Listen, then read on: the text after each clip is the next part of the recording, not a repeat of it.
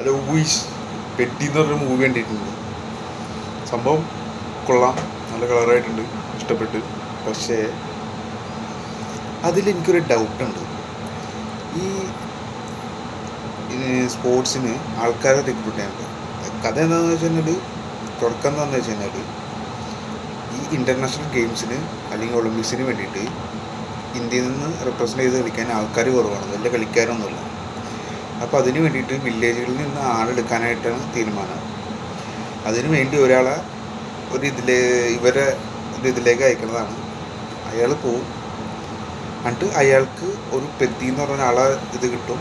എന്നിട്ട് അത് അറിവ് കിട്ടും, പെട്ടി എന്ന് പറഞ്ഞ ആളെ അറിവ് കിട്ടും. അപ്പോൾ അയാളുടെ ഒരു നാട്ടുകാരൻ പുള്ളിക്ക് അവനെക്കുറിച്ചുള്ള കാര്യങ്ങളൊക്കെ പറഞ്ഞു കൊടുക്കുന്നതാണ് കഥ.